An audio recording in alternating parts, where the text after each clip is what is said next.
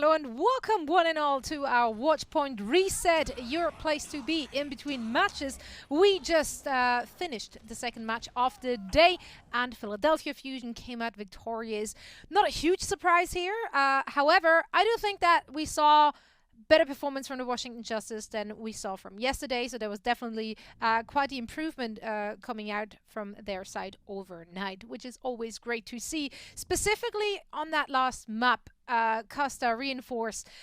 What stood out to you? I personally really enjoyed that we saw a lot of swaps going on, a lot of different heroes being played. They really made an active effort in countering and picking, so that was interesting. We haven't really seen much I think of that it was interesting seeing Washington try and pull out something new. So they locked Soldier 76, locked the legs, and it actually worked really well when they're in the first and second point where there was space to run around, flank. He can deal with the Torb turret really well, and then he's pretty much unchecked once he gets around. So Corey, really interesting pick. You actually saw this weird dynamic of that forced Tracer Sombra out of the Philadelphia Fusion, and then as soon as they go Tracer Sombra, Corey goes back to the Torb to shut down the Tracer Sombra. So there was this like sort of cat and mouse sort of rock paper scissors style of gameplay going on, but unfortunately they couldn't cap the last point. I don't think Soldier has anywhere near as much effectiveness in that last point.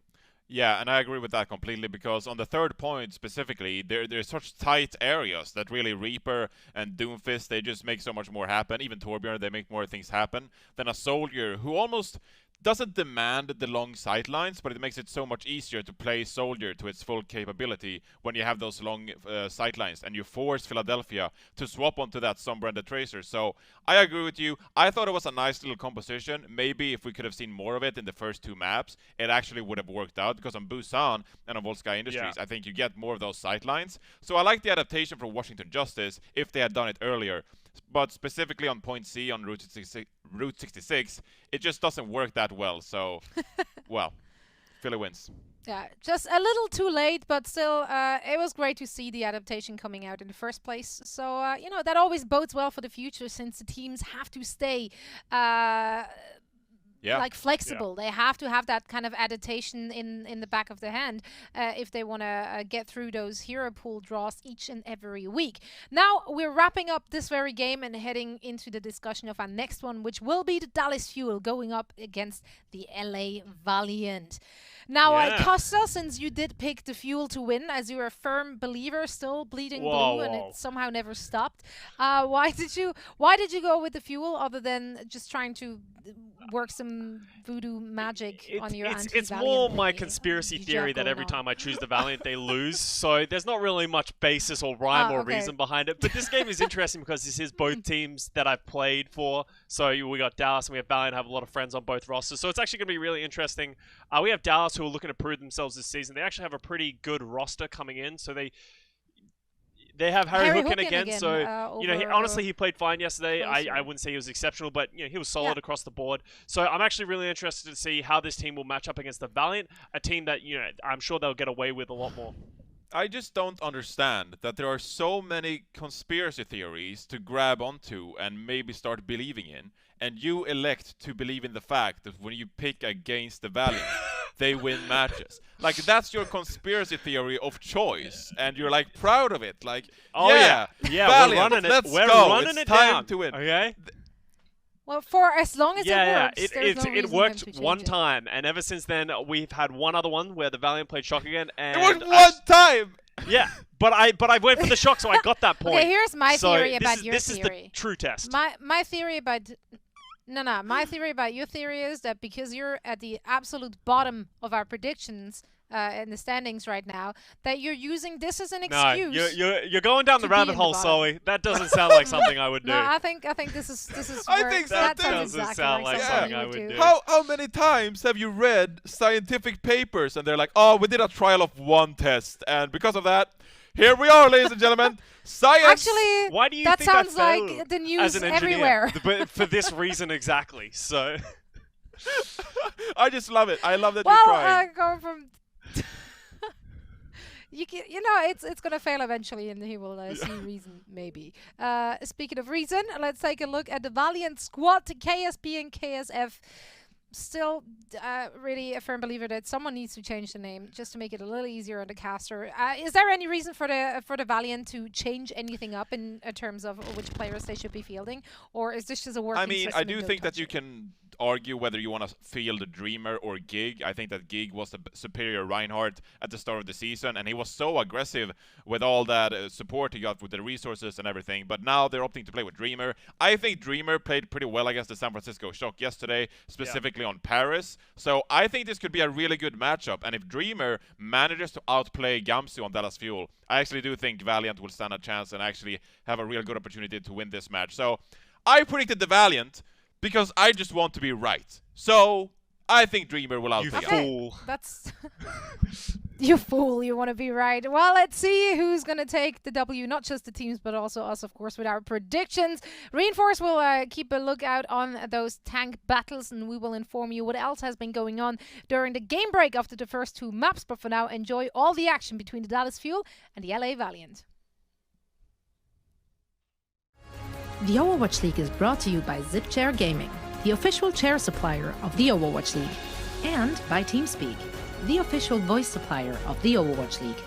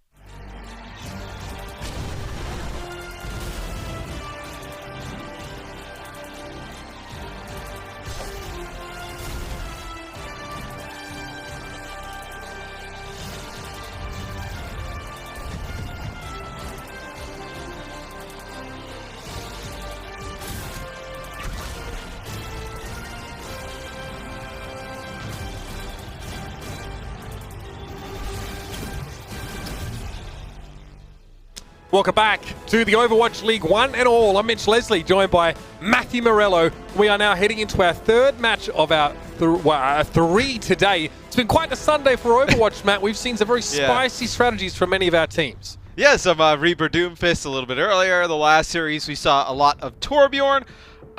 Hero pools just changing the game, match to match. That, so by definition, that as intended, I guess. Working as intended. That's right. This matchup, Dallas Fuel, winless still, take on the Los Angeles Valiant. The Dallas Fuel, we got to see it a little bit yesterday. They had a tough matchup in fairness, not easy. They had their roster today features Doa, Decay, Gamsu, Note, Crimzo, and Harry Hook. So again, Harry's still in the lineup. Yep, that was the biggest change from what we've seen from them earlier in the season, like way earlier.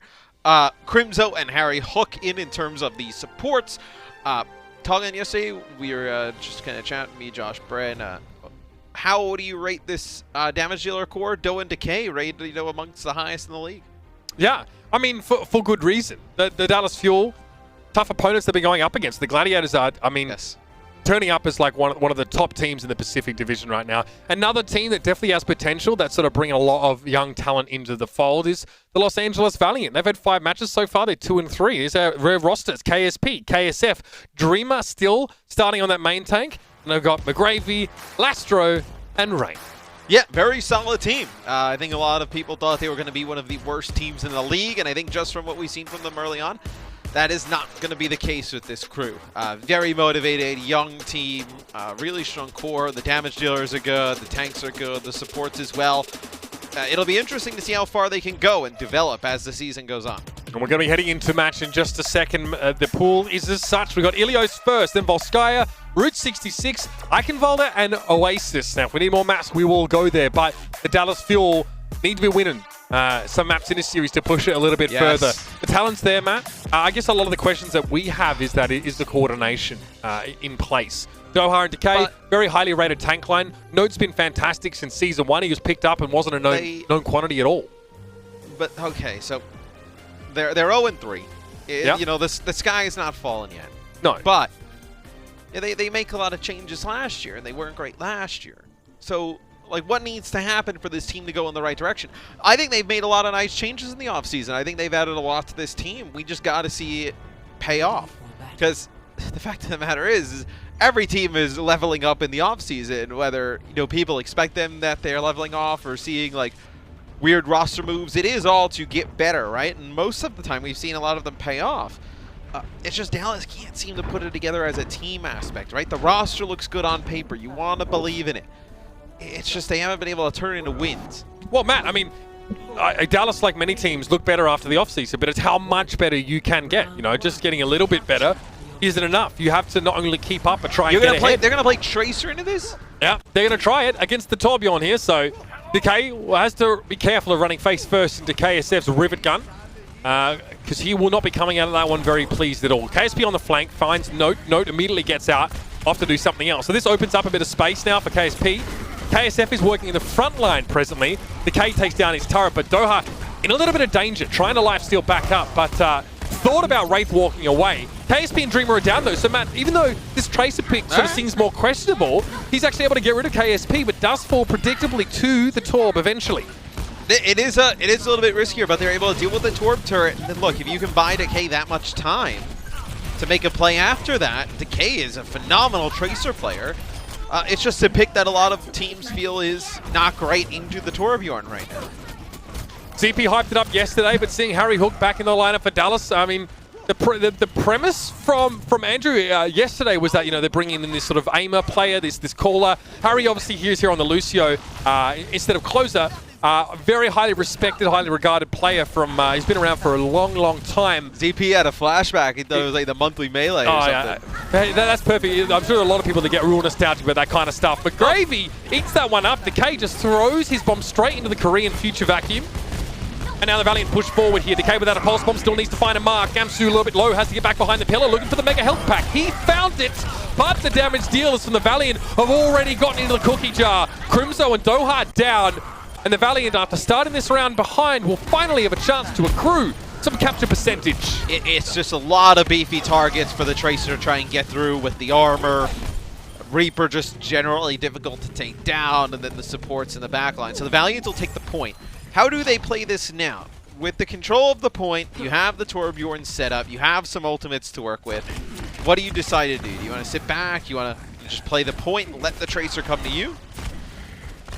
Well, we'll see. The Fuel want to push forward, so I guess the Tracer is coming to the Valiant, but KSP drops in with a Death Blossom. He finds one. Molten Core is out, so even if the Dallas wanted to try and flip the switch and get aggressive with the Lucio, they can't. Their way forward is barred, and the Valiant take a clean fight. 3 ultimates used, but they want to try and get at least even with Dallas, and they're willing to spend on that. Dallas is going to have some ultimates, though, for this fight. They're going to have 5 ultimates here going into it.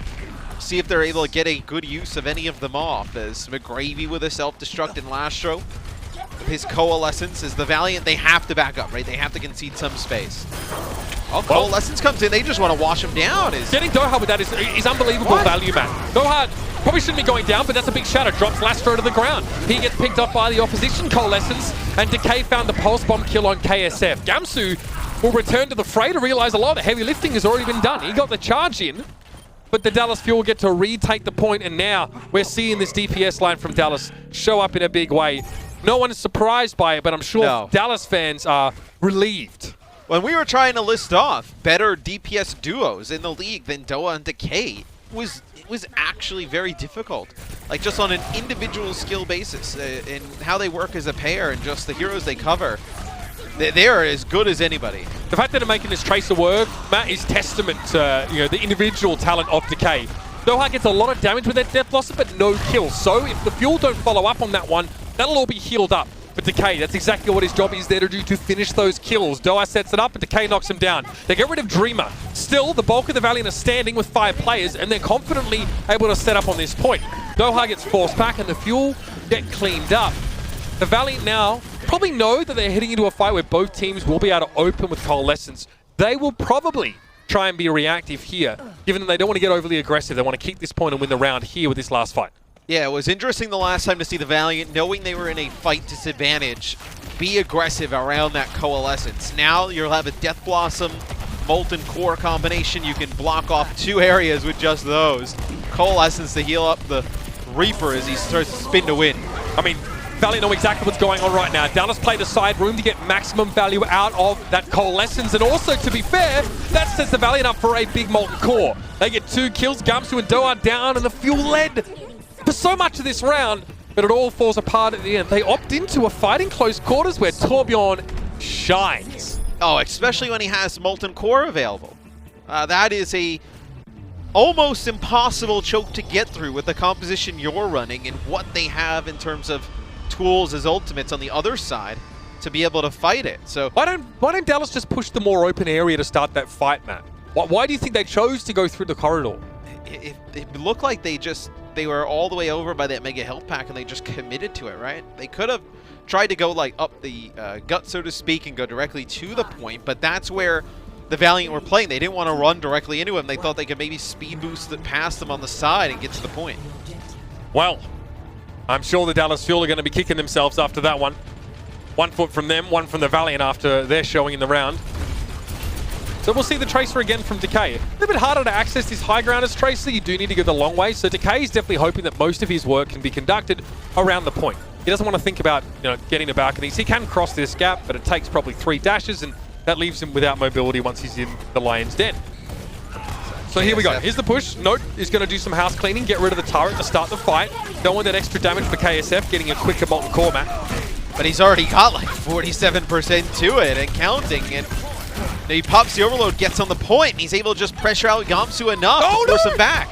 Decay tried to 1v1 him. KSF turns around and just bangerangs a right click, and he gets taken down. Tracer is not durable. She has low health, and I mean, Torbjorn's right click from the Rivet Gun is devastating close up. Acts like a shotgun. Think Roadhog left click. It's a filthy setup, especially against something like a Tracer. I believe it was Surefour, I think I saw, was talking about just the... Because people are obviously kind of expecting potentially some dive this weekend with the hero pools, and people were wondering why without McCree and Brig in. It's because Torb is very strong right now. He can give himself the extra armor. The push comes in from the Valianteers. They just coalesce, just march on straight through the Dallas Fuel. But you see why it's so difficult with the Torb and the D.Va and the Ryan. It's very difficult for Tracer to get a lot done.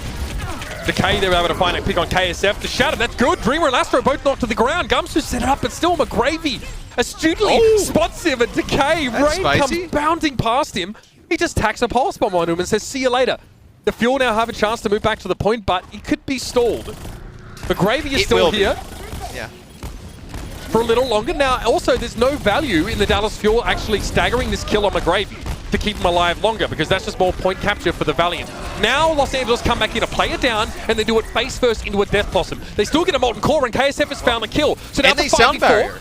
The Valiant's still down by 1 player, but reinforcements are going to be on their way. McGravy's fast, and the Valiant still control the point.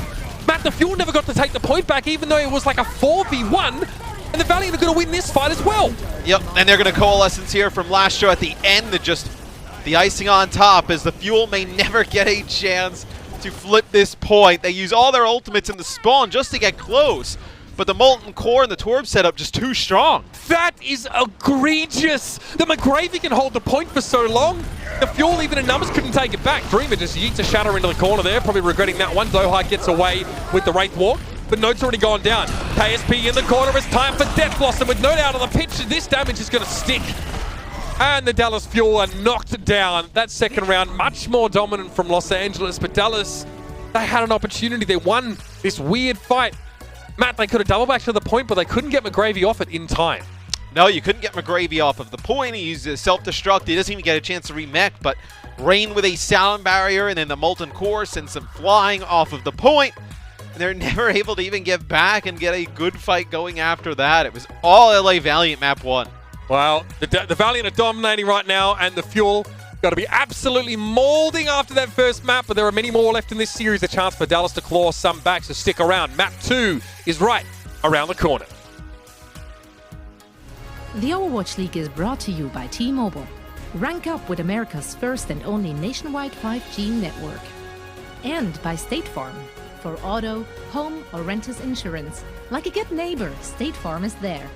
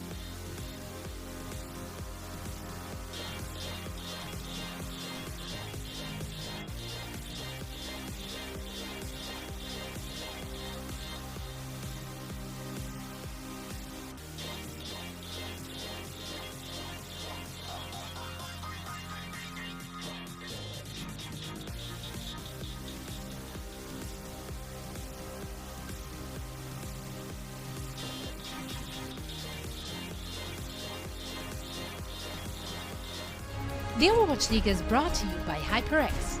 Unleash your style, unleash your fury. With HyperX Fury Memory.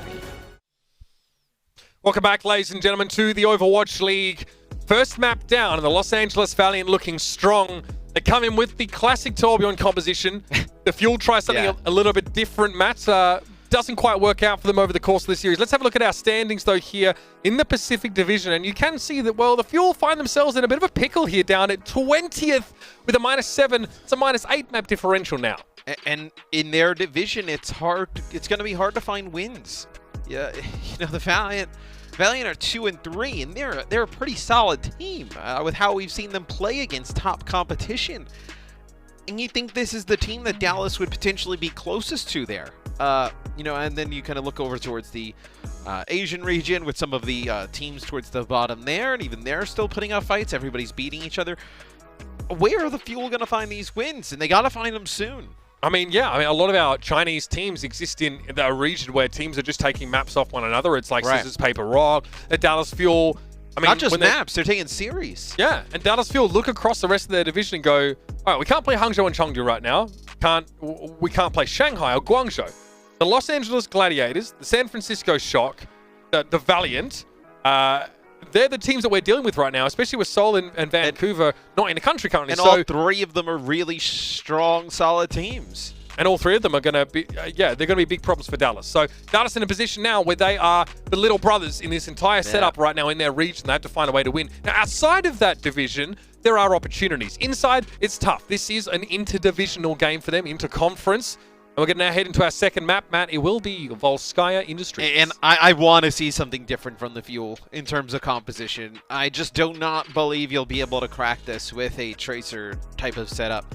I think the Torb's too strong right now against flankers. He has the armor, the extra damage, the turret, the undeniable swag, and also this crazy masculine energy that just emanates from him. Exactly, and you lose the upfront fight with the tanks, because as soon as the Tracer goes on the flank, you just throw the turret down. The turret deals with the Tracer, and you just overload and just barrel through the opposing Reinhardt with your Reaper, and you're good to go.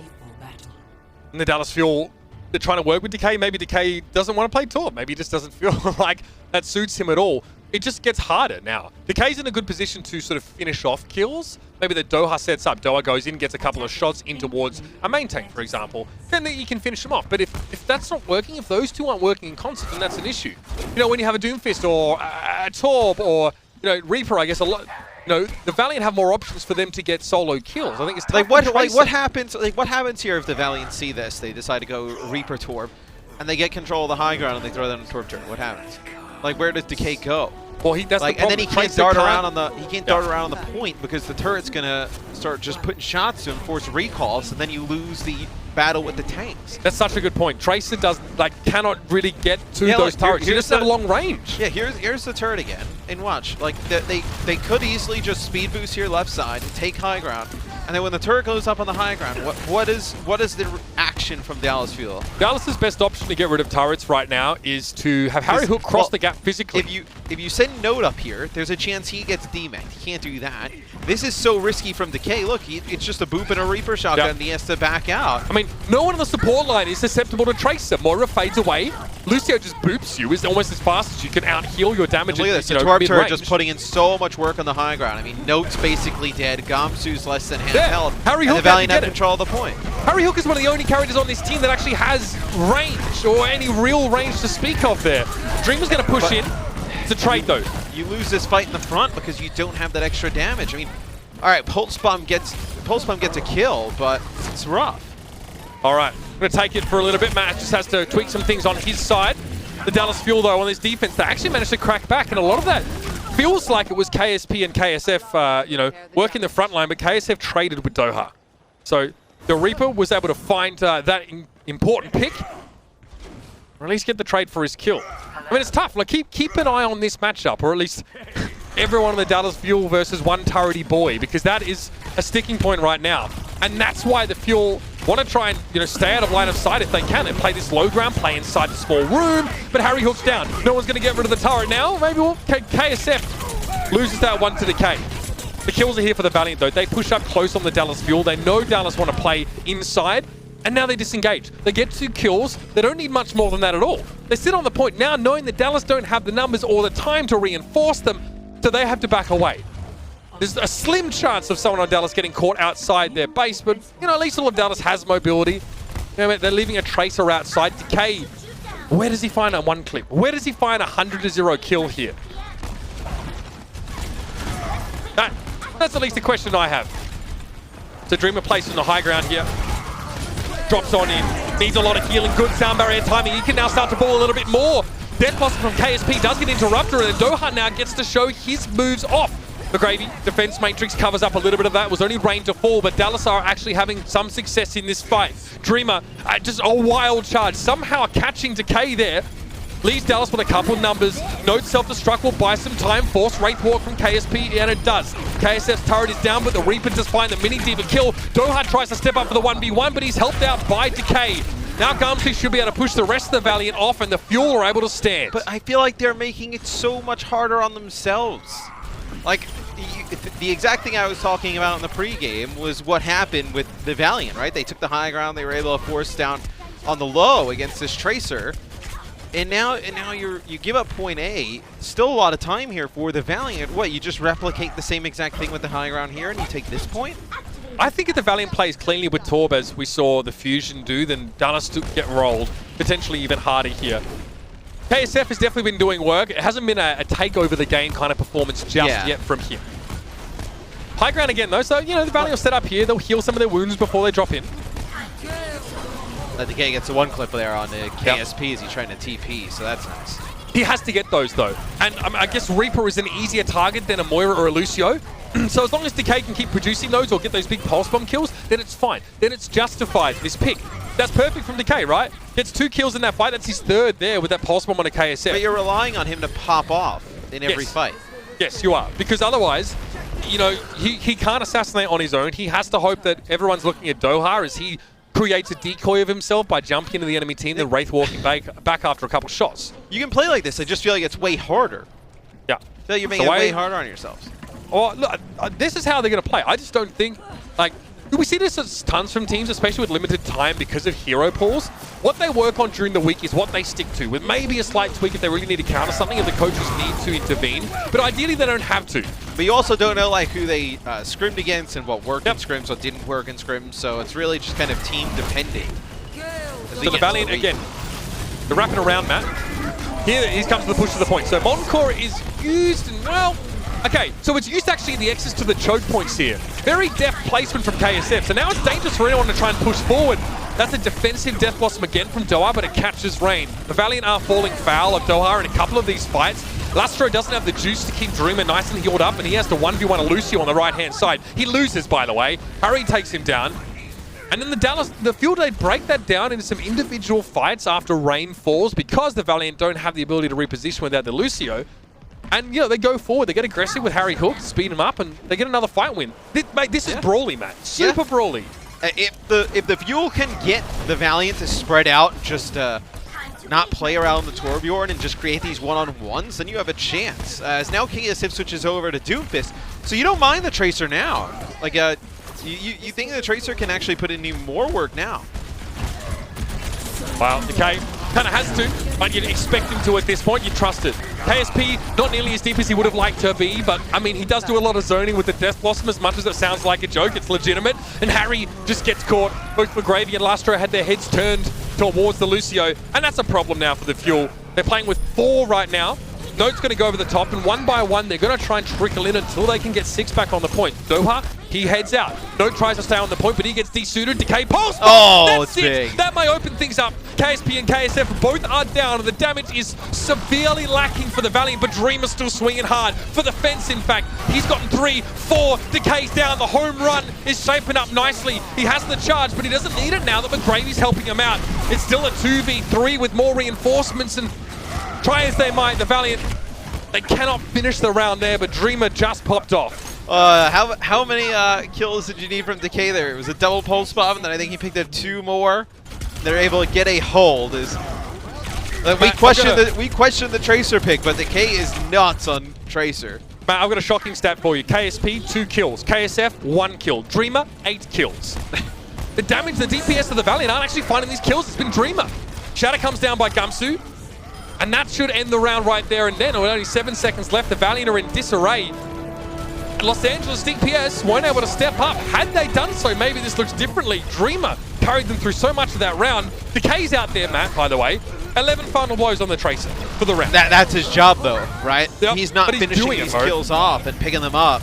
It is a round that probably goes in the Valiant's favor, but Decay pops off on the Tracer.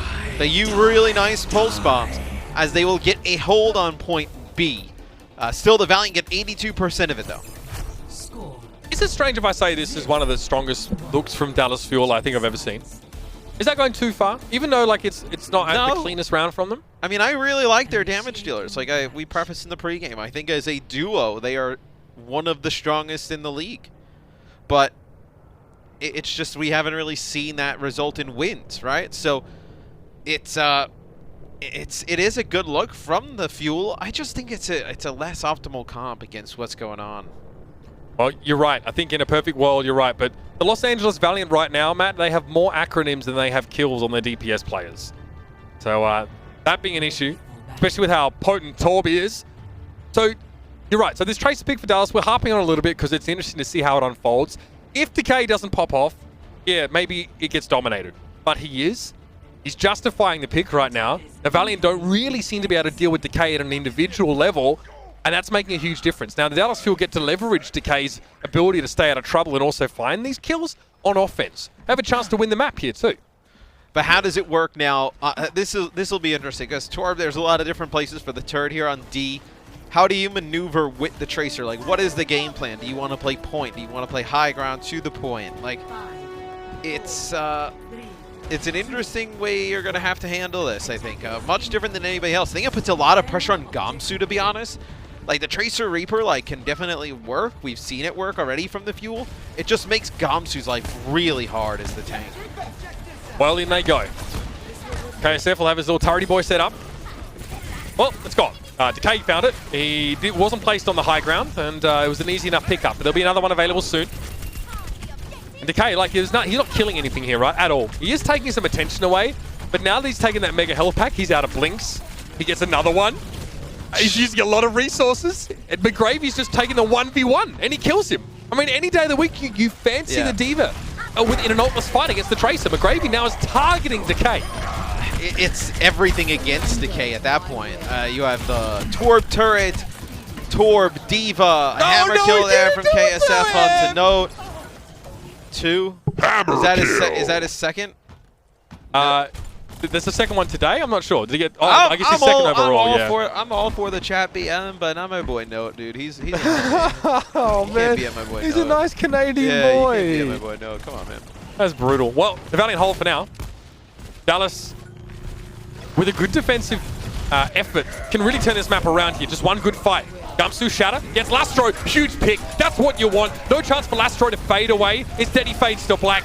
Now, no, we'll see with Gamsu out in the open there. Defense matrix used. And, well, that's fair enough, I guess, for disengagement purposes. That Molten Core looks good, but the Valiant going to commit now with 4 players and a sound barrier. Can they make this work? The Fuel have 5. They have a number advantage.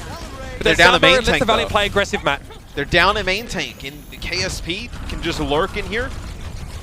With his Death Blossom, he may not even need it. It looks like Dallas Fuel, they want to wait a little bit. KSP, he's in a great spot. He can sit out of line of sight here, just peek from this little room on the point, get tons of damage. Cover. Yeah, I mean, look, it's quite easy then for Lastro to get to him, given that healing, but he has his own healing. Self-destruct goes in, Rain gets out of the way. Here's the Death Blossom coming forward now. The Valiant get Doha early in the fight. KSP's Blossom creates space, no kills, and Gamsu sends a Fire Strike back his way. Reaper looking both edgy and singed now. Will there be time for him to return to the fight? The Valiant back up to the point. There's a Coalescence in play from Lastro. Now might let them turn this more aggressively towards the front line. Oh! The Shatter comes in. Decay tried to blink away, but he still got shattered. And somehow the Valiant picked that up. They chase him into the side room with the speed boost. Ouch! That is unfortunate there for Decay. He gets shattered into another room. So, now what do you do if you're the Fuel? The next postcode, bro. Do you go if you're the Fuel? Try and get ultimates out. Decay will spawn up. He'll get back pretty quick. No, but now we're back at square one with a sound barrier and a Molten Core available for the Valiant. You get mum spaghetti off your sweater after that one, because you've got to be shaken as hell, not stirred. KSF wants to push up here. Shatter from Gamsu, doesn't find anything, but Dreamer still falls to Doha. Decay's bomb got eaten by McGravy, but the Valiant need a little bit more than that to win this fight. KSF backs up into that left side corner and goes for a Molten Core. He can sit safely behind it, but he's taken so much damage from outside. Molten Core, the Fuel just dance around it. Twinkle Toes, all of them to try and stay out of the heat, and Doha is helping them clean them up. McGravy can't get to the point. Decay finishes him off, and this is an interesting turn of events, Matt. Dallas still in position to potentially win the map, but they only have 3.5 minutes to do so. Yeah, so the Fuel get a chance here. Is what they need 82, basically 83% on point B to be able to win the map, tie this series up. Is they got a sound barrier and a self-destruct. As Decay has been getting these pulse bombs rather quickly. And they've been really good. I mean, he's gotten like a few multi-kills with them, so see if he's able to get a big one yet again. Decay wrapping around. Honestly, just carrying the heck out of stuff right now for the Dallas Fuel. Looking really clean out there. No pulse bomb yet. He sees a defense matrix at a distance. Nice shatter there. Catches Gamsu, Crimzo, and Harry Hook. 3 are down. And the Valiant now, comfortable fight win and plenty of ult percentage for KSF to stall. Don't do it again. Come on, man. No! Let him live. Please, look, you can't. Come on, it's mini D. It doesn't count, goes, bro. No! It doesn't count! No, don't do it! Oh my god. That doesn't count. It's a mini diva, man. Another soul yet claimed by the hammer of KSF.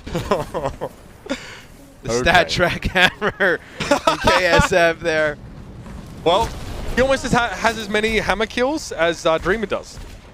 Dreamer actually has 3 charge kills and probably only about 3 or 4 hammer kills, so that's pretty impressive. Is it factoring you, though? That's the real question, Matt.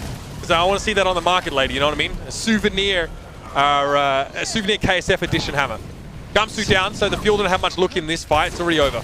Yep. The fight's over before it even begins. As Doa TP's back to the spawn, so another fight win for the Valiant as they'll get close to another shatter yet again. They're just lacking in terms of support ults. I mean, that's just because they're not taking any damage in these fights. Yeah, they're actually not building support ults very quickly at all. The Fuel, though, have everything. I mean, a big pulse bomb from Decay is a must, especially with how much he has been required to give them progress so far this map.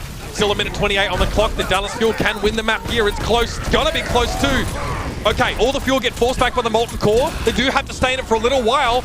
Defense Mages from McGravy stops the bomb, but Doa goes in and gets one with the Death Blossom. Decay and Doa, though, both down. It's the front line for the Valiant that's been racking up the most kills so far, and they're not done yet. KSP tries to go for a Death Blossom, and following the script of DPS with, I guess, clipped claws, KSF now has to switch over towards the Tracer and try and make something happen. It gets him back to the point quicker. May not be the pick that he wants, but he needs to stall this out. The map hangs in the balance, and the Valiant do not want to lose it. Sound barrier, that's dangerous. KSF realizes he made a step a little bit too close to the sun with that one, but the reinforcements are arriving. The sound barrier now has expired for the Fuel, and the Valiant also used one. And the Fuel have to, the Fuel had to back up because Note gets demech'd, and you can't fight that without his mech, so they back up.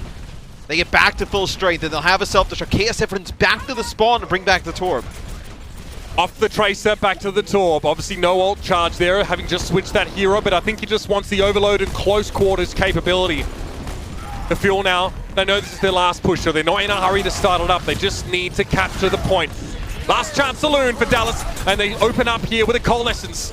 KSF trying to play behind Dreamer's shield. He's being shunted around the point by Lucio. Decay, Pulse Bomb, gets Lastro, healing down, and so is the shield, and the Fuel are dominating. 4 left for the Valiant, and they one by one will crumble. There's no time left. All the Fuel need to do is finish this capture.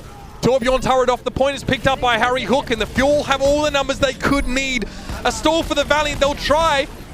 We see Dreamer drop in now on the Winston to try and keep things alive. Rain gets booped, and there it is. It's one apiece in this series, and the Dallas Fuel cut it awfully fine, Matt, but they get themselves in the series. Yeah, it comes down to the wire, literally, but you know, Decay comes up on the Tracer. He started to really make an impact on it. It's very difficult to run right now, but the Dallas Fuel, look, when you have a player, I guess, that's that talented on the hero, you try and make it work.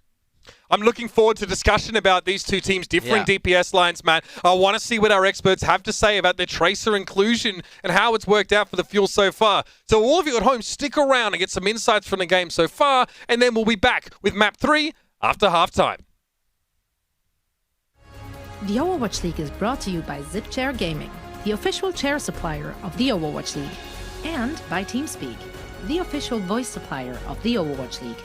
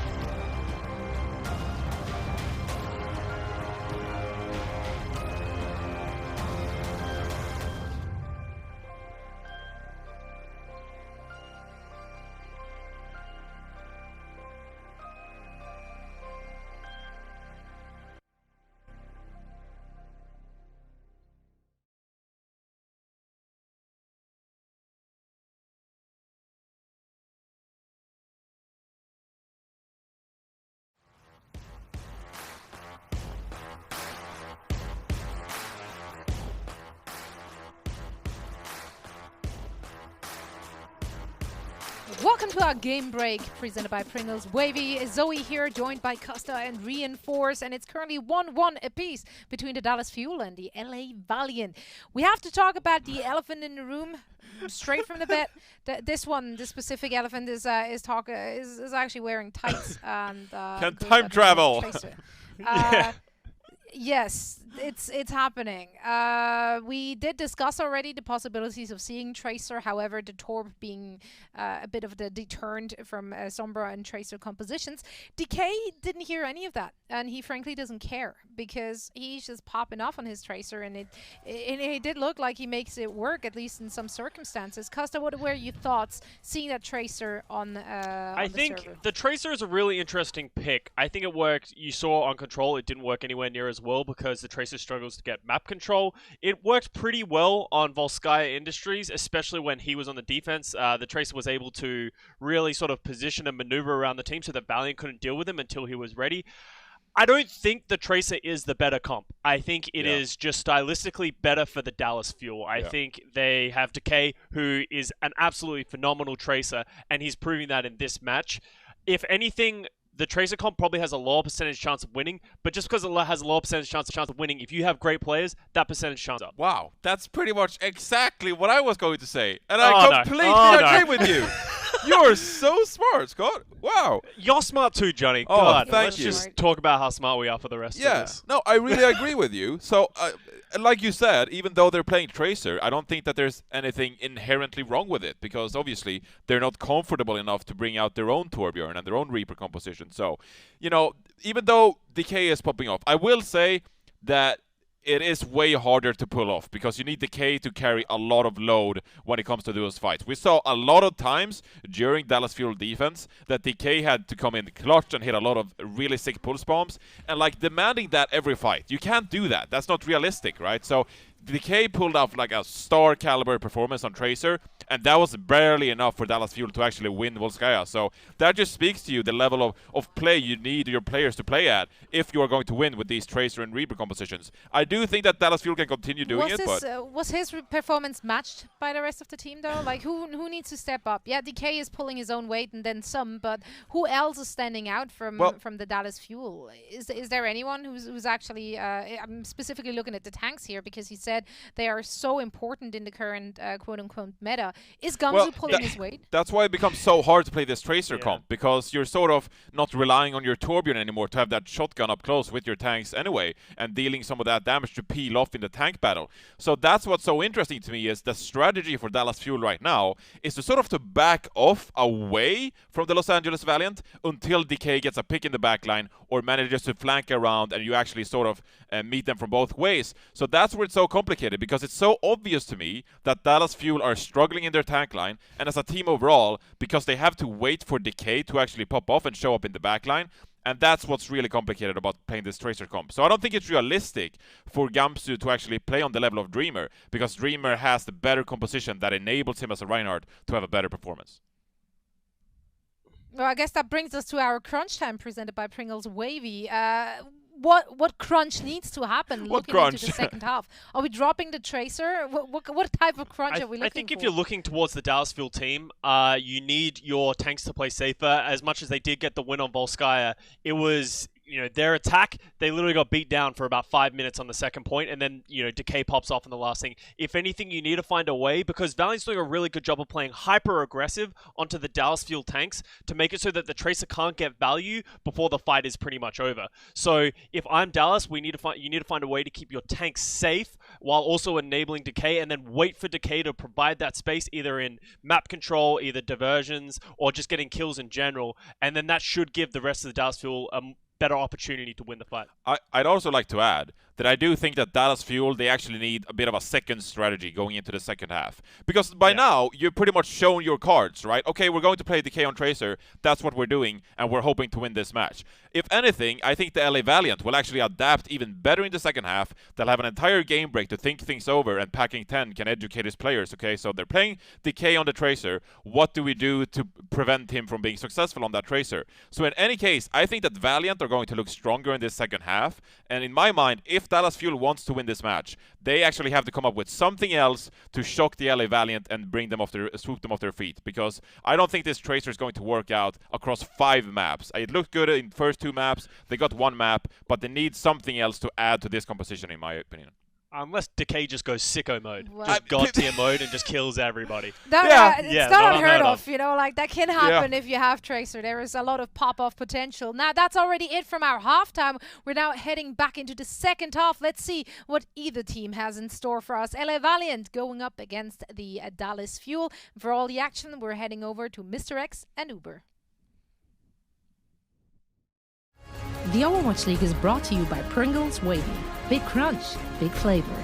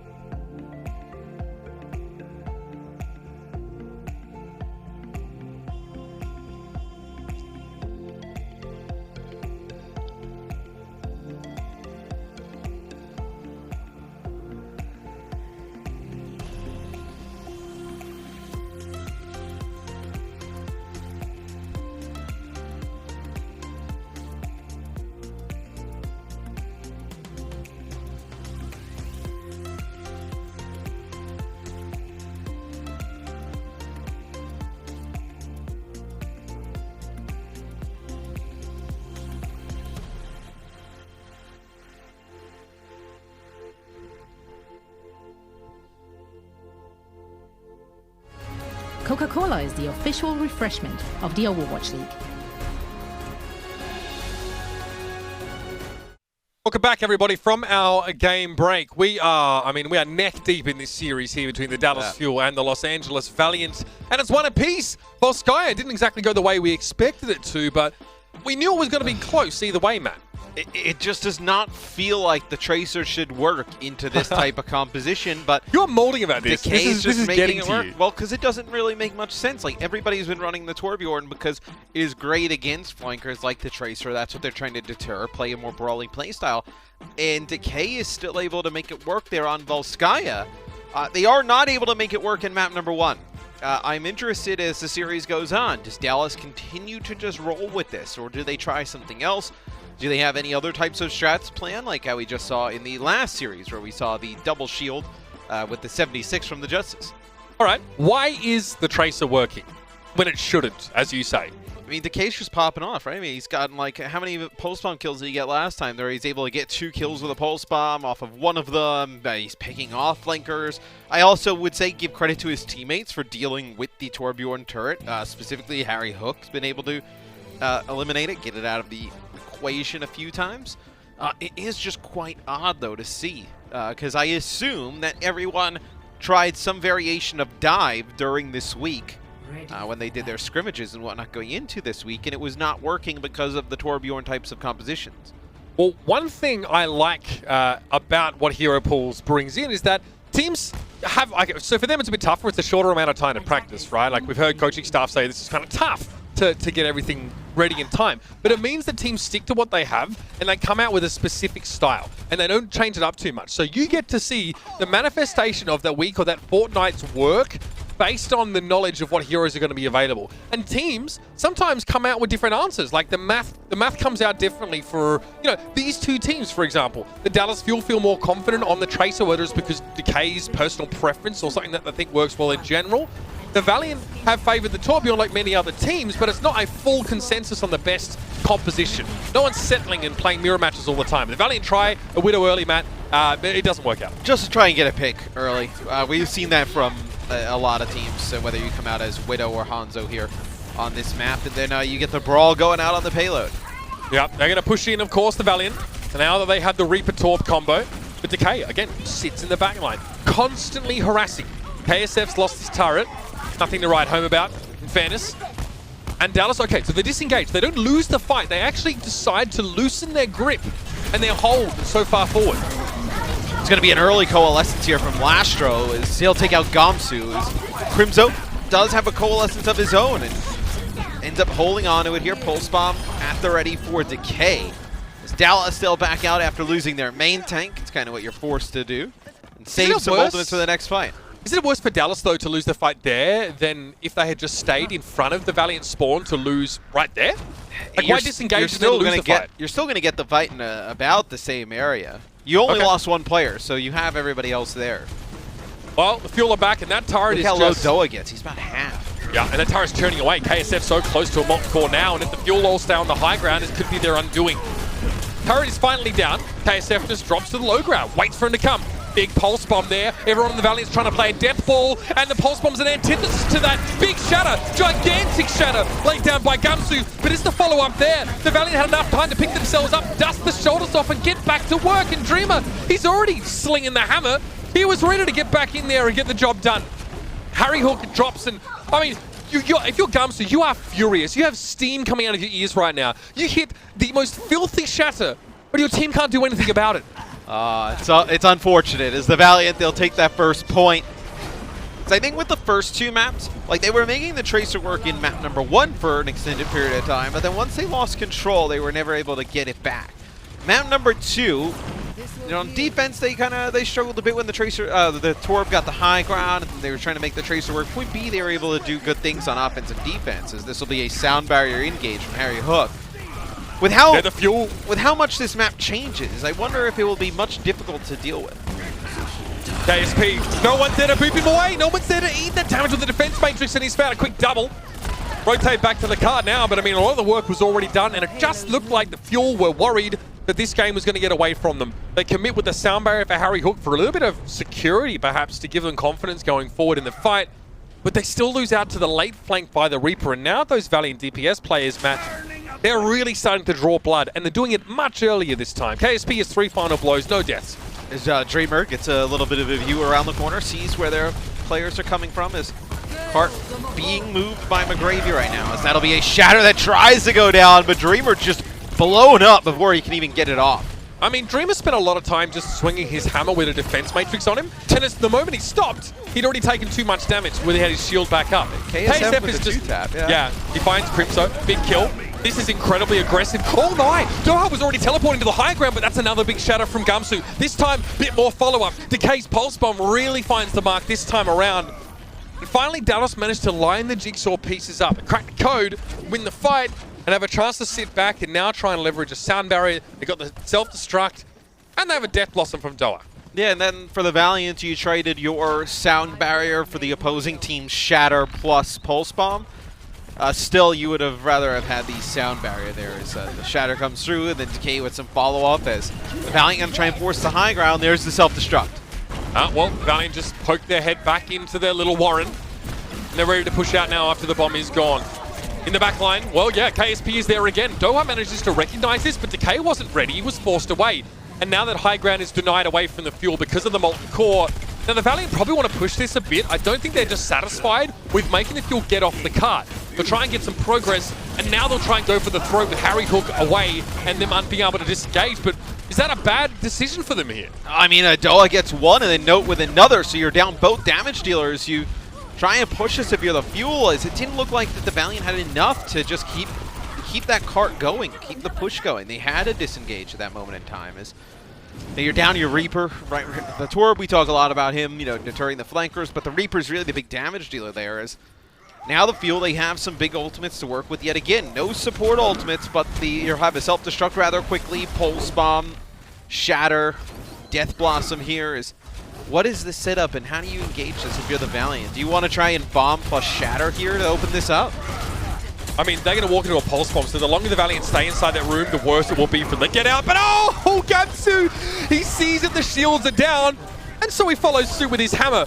And the Valiant, yeah, no point using ultimates there. You just got sent to Book City. One-way ticket, fam. Gamsu just jumps to the side of the shield and then lays down a huge Shatter. At that point, everybody's relying on Dreamer to be the front line, but it's good positioning from Gamsu. Just kind of moves a little bit to the right-hand side and lands a big Shatter. All right, well, the Fuel can just sort of run this back, Matt. They have a Pulse Bomb, and because the Valiant have to play so close around Dreamer, he's the logical target. Oh, what? That is ungodly. That is wrong. Dreamer steps off the card and immediately shatters. There's no time to respond for the Fuel. Well, I mean, there's hardly ashes left of the Fuel right now. But who does that? Like, who just jumps from the cart up to the high ground and just, like, Gamsu's got his shield. Gamsu's got his shield up at that time, and then just the timing is unreal. Yes, that Shatter just got FedExed to Dallas Fuel's faces collectively. That's wrong, and it's not okay. And I expect an official apology from Dreamer. That is not okay. Dreamer on the high ground now will drop down, continue this trend of aggression that frankly is just scary. KSP helicoptering into the fight. He catches Doha on the way down and it's an easy cleanup. The Dallas Fuel have no idea what hit them, and nor do we. That Dreamer Shatter is unreal. As it's the difference between the Dallas Fuel potentially getting a hold here on defense before point B, and now the Valiant having an opportunity to finish the map. I have goosebumps, but it's like the gross kind of goosebumps, right? Like you feel like there's like an evil spirit in your house and they need to be exercised.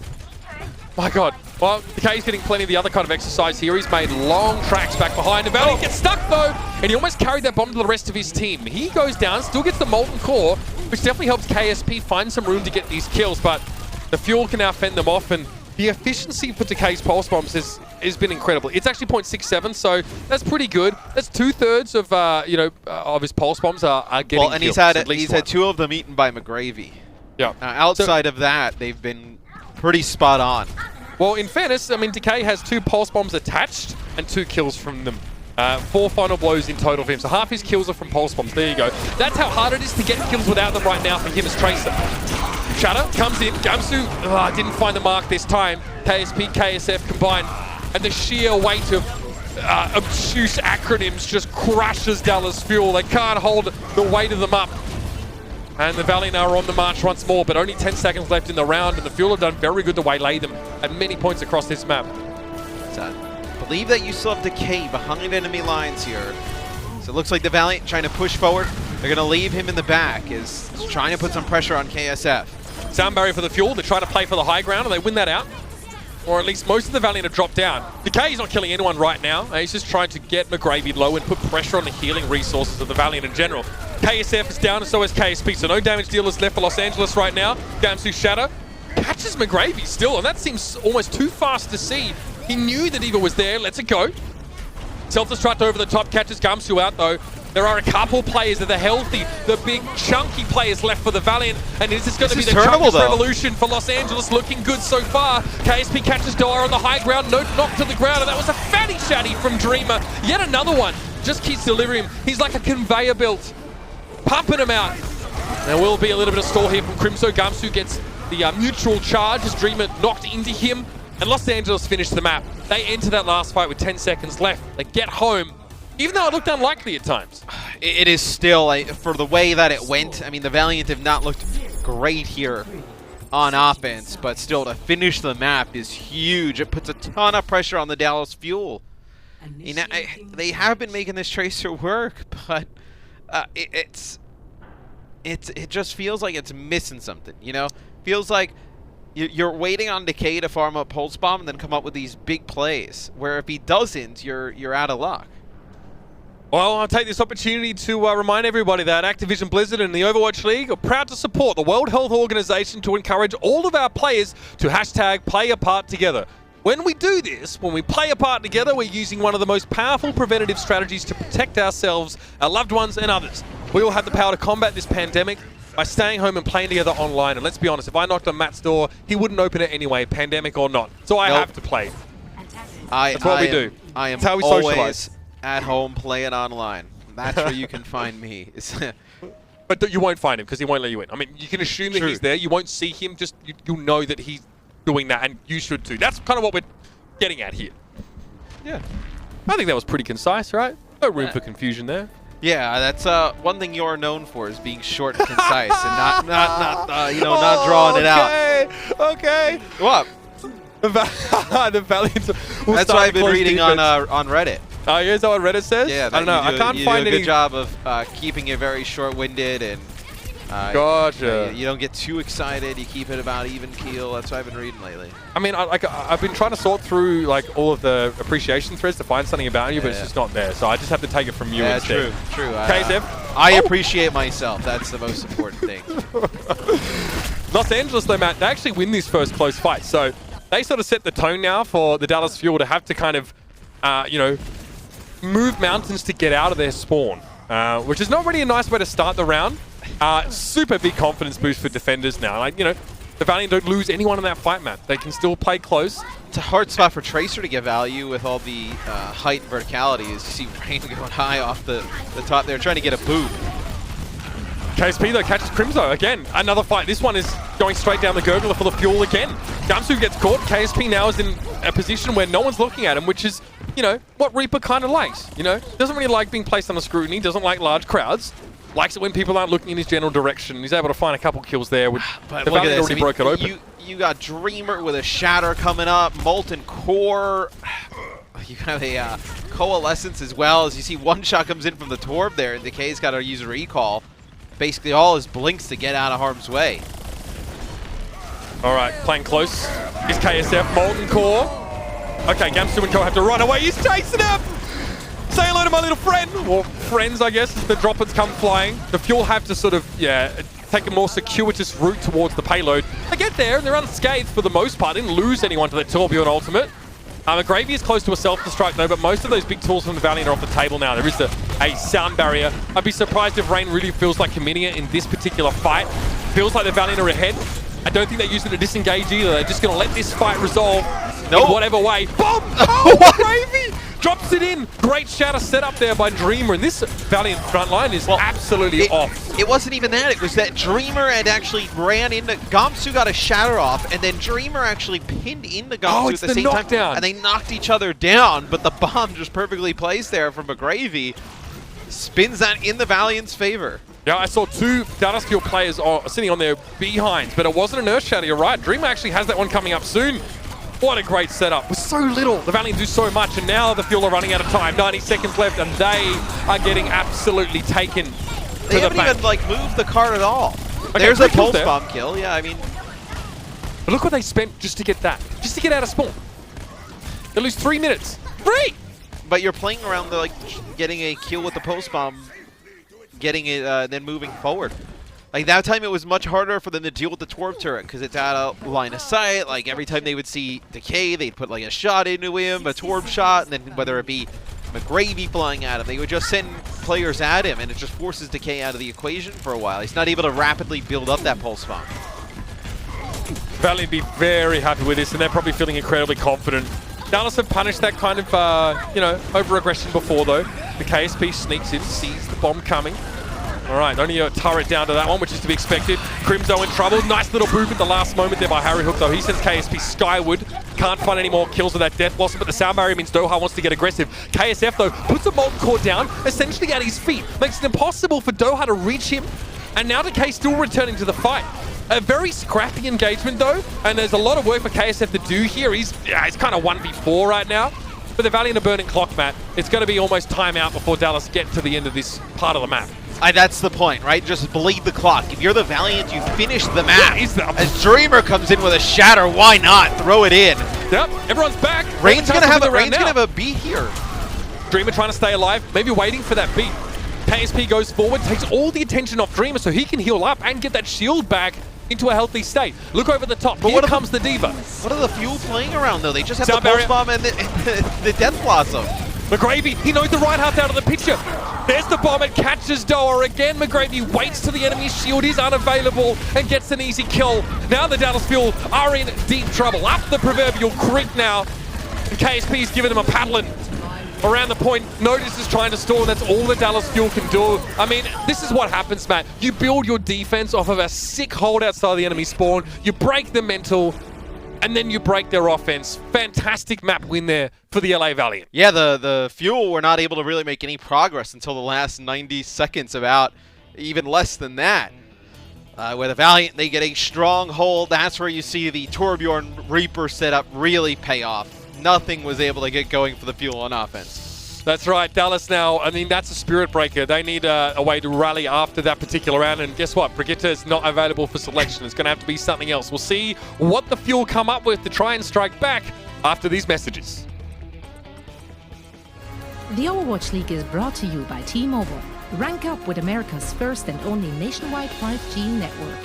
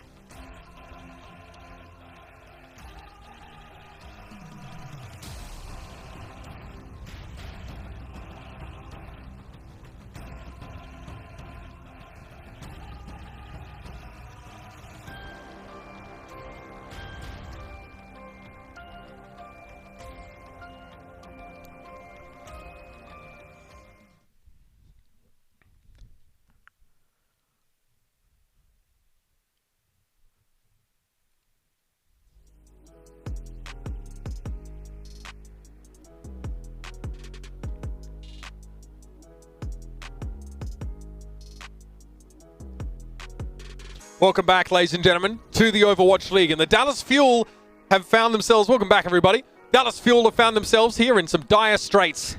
That's two welcome backs. You really wanted these people to come back. That's right. I got queued once and I got queued again. So you get double the welcome back. You're like a robot. You'll do whatever they say in your ear. Yeah, that's right. Matt Morella has a big nose. Sorry, what? No. I mean, they told me to say, yeah. What? What do I do? Well, that's because I don't. That's because I don't listen. We are back, of course, and Dallas, like I said, I had something prepared until May interrupted, but that's fine.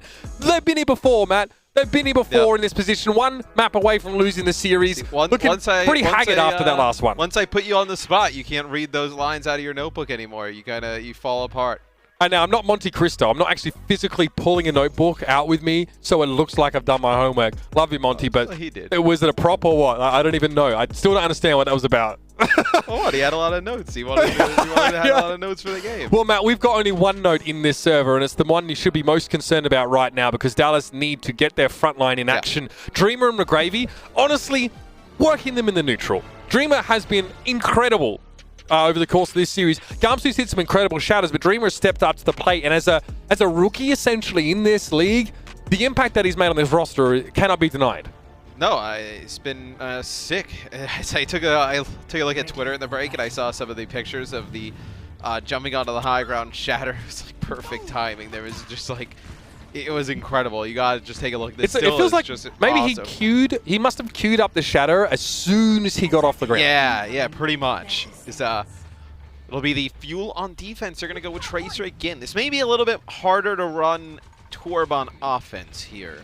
We'll see how it plays out from the Valiant and what they want to run with it, but I'm interested about the Tracer here on defense into this choke. Like, where does Decay find the value here? Yeah, Matt, you've been turned back into a skeptic, I guess, after that last map and seeing the Tracer struggle a Well, little bit. I was always a skeptic. KSP takes the shot early, and he will back off and switch. So, yeah, okay, fair enough. What does DK do? Does he lie in wait? Does he try and maybe control that bridge? Can he control that bridge Are you against just going to give D.Va? them the choke? It looks like they are. They just want to give them the choke and let them fight in the open space. Well, this now at least gives Decay an easier flank, but to give him that, they've allowed the Valiant to take a lot of this real estate, Matt, like you put out. Look, they're already on the point and haven't suffered any casualties by moving through the choke. In fact, the fuel didn't make that hard for the Valiant to get to the point at all. And now the Valiant have more health, they have more upfront damage, so they just stand on the point and say, okay. They just bully them. They just bully them out of the way. Now you're attacking. Now you try and find a way to make this Tracer work, but McGravy just made the Tracer into a smear on the wall, charging on in. But the finish off was very, very quick, and now they only have the Reaper as an upfront threat. I think McGravy's very aware of the fact that Doha needs to be neutralized. Coalescence here from Lustro, and the Valiant just got everything they wanted. Everything they could have asked for was handed to them, and they didn't have to pay a damn cent. They bullied them away from the choke, and then they just bullied them away from the point. As if I'm counting along with KSF, that is 4. I believe that was a hammer kill there on the Harry Hook. They just bullied them out of the choke and the point, but like, you can't. What are you going to do with that in that position, right? As you saw, Decay actually got a kill on the door turret, but right away he was just killed by. Oh, someone flatline. Is that the Dallas Fuel's heart rate monitor? I can do that too. There's something happening. We're back. Oh, the robot just took over the system, but it's fine. I managed to fight him off with my bare hands. We're back into the game. The Dallas Fuel went out the fight, and the Valiant tried to push aggressive over the top of the castle. Let me break down that fight. I saw all of that. Trust me, guys. Okay. What they did was they used the shatter, and they won. There it is. I mean, Guangzhou Shatters have been excellent this series, so even if you didn't see it, it's pretty safe. They shattered guess. and won. Yeah, Matt you don't have to know anything else about it. This job is so good. All right, Decay is a pulse bomb, and he actually has flanking routes that are built into the map. How good's that? It's like plug and play for him. He wraps around, but he's not able to find the pulse bomb kill, and a sound barrier from the Valiant means that they can go aggressive. And Doha, what happened to your Death Blossom, mate? Someone got to him before he could really get any damage done. The pesticides, I guess, just killed his lovely blossoms. That's so sad to see. Yeah, F's in the chat for Doha. If the Dallas Fuel won a fight, we haven't seen it yet. Did they really win that fight? We'll never know. The game just paused. Shut up. You'll never know. So KSP up in the high ground, putting down a ton of damage. They with the coalescence here, just pushing the fuel back into their choke. So this will allow more cart progress. I believe that was a Torbjorn turret that like whiffed the high ground there. KSF is. KSP needs a bit of healing, and there's no close range healing. He's got to run back to his team. No honor or anything to keep him topped up from there. Okay, Moncourt. Big bomb. Yeah, KSF tried to do a bit of landscaping, but Note just blew him up. Where's Guangzhou going? It don't matter where, bro. He's a road man. You know what I mean? He goes where he needs to be.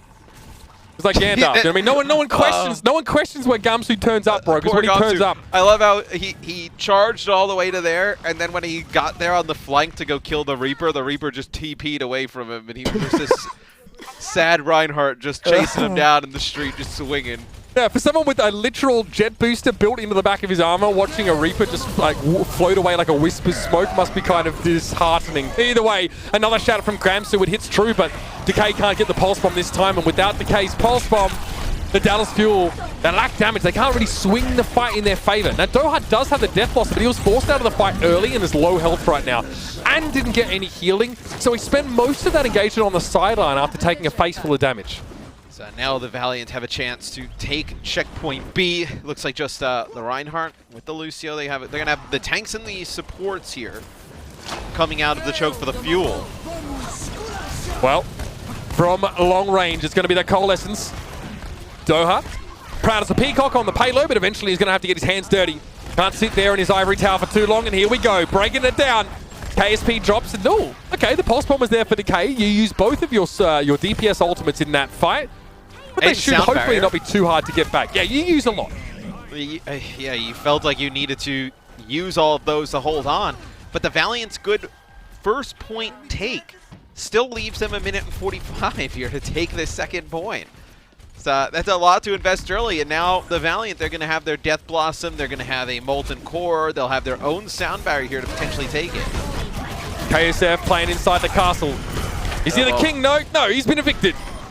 Gamsus with the hammer, obviously a little bit more effective at close quarters than he is, and yeah, Dallas now starting to build up a little bit of a head of steam, but you notice that the Valiant, they've spent a fair bit of time banking up some of these ultimates. The cart hasn't moved back very far. Dallas are just trying to make sure the Valiant can't move up through the castle easily, which is normally where you would think they can get aggressive there. They can get aggressive there and take that fight because they have Coalescence. And you can't usually take that fight if you're the Dallas Fuel. But right, not against the Torb to back them up. Yeah. So this time it's not available. I mean, maybe they take the fight, try and force out a Molten Core and disengage if they can, but that's risky. It's not high percentage, and there's only a couple more pushes left for the Valiant. So McGravy dutifully assumes position back on the card. He will be accosted briefly by Decay. No! Gamsu, okay, gets the charge down on the turret, tries to go for a little tight shadow through that corner, but he doesn't get anything for it, and that Fuel, they're going to get rocked. Yeah, they play forward. I think Gamsu tries to go aggressive, and then they just commit themselves to a fight where they burn down from the Molten Core being spread all over that high ground. Oh, we gonna get another one? Nope. Doa would rather go off the side than die to the hammer of KSF. So I don't blame you. What happened right there, and what I thought was actually really nice, was the use of the Molten Core there by KSF. They threw a little bit of it down, they sound barrier, they get the Death Blossom off, and then you see him actually push forward with the Reaper, and he didn't just use the whole Molten Core at once and just throw everything everywhere. He held on to some of it for the end and was able to just throw it out behind the players backing up on the field. KSP low, backing away. Lastro, though, has the Coalescence ready. Gamsu getting a little bit low, and finally Crimso's going to get his one online. So it's the trade. 1 for 1. Decay goes down, but he gets rain in the process, which means that the Valiant don't have any ability to go forward or back. They're stuck where they are, and that lets Dallas encircle them. Note comes in. Shatter attempt there from Dreamer. I can't believe he turns that around. That's actually mental. Without the Lucio, without any mobility, Dreamer just gets a gigantic shatter, and everyone is in close quarters. One swing of the hammer claims 2 kills. A fire strike follow up, and now they're on the home stretch, Matt. And KSF is going to come back on the Symmetra here to try and get this over the line. Is can burn down the shield potentially. McGravy's got a bomb, so I mean, play around the Reinhardt with his Symmetra. Use the shield. Dreamer probably has to swing a little bit less as a consideration, but that shatter catches KSF, so not much protection available behind that shield. But Gamsu is way out at sea, and yeah, no way of getting back in. Not even a dinghy, Matt. Not a dinghy. 3 kills for the Valiant after that. Is the Valiant looking to get it over the line. Decay's trying to flank here. Is he still alive? But don't know if he's going to make that much of a difference. KSF starting to put him in the microwave, bro. Just burning him down with the beam, but Doha's able to catch him with the rising uppercut. KSP out onto the point now. Wraith walks there. There's a sound barrier for the Valiant. They've got the numbers, but for how long? The Fuel are much closer. It's easier reinforcements for them, and now as a shield up. Barrier from the Symmetra. Lastro is able to avoid at least the Meteor Strike by using the fade away and gives himself his own healing orb, but with Rain and KSP going down, he's not much longer for this world. And that's it. Overtime, done. Valiant fail to finish the map, but get darn close. Very similar. You know, they get very close to finishing Volskaya in the previous map.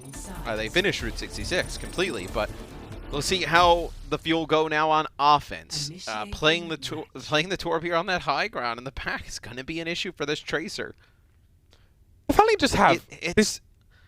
It's funny that both of these teams have settled on these two compositions. Not really from the Valiant side, but from the Fuel side, that they feel so confident to consistently run this, where I think if you just kind of poll every other team in the league, they would say this is something not ideal to play into.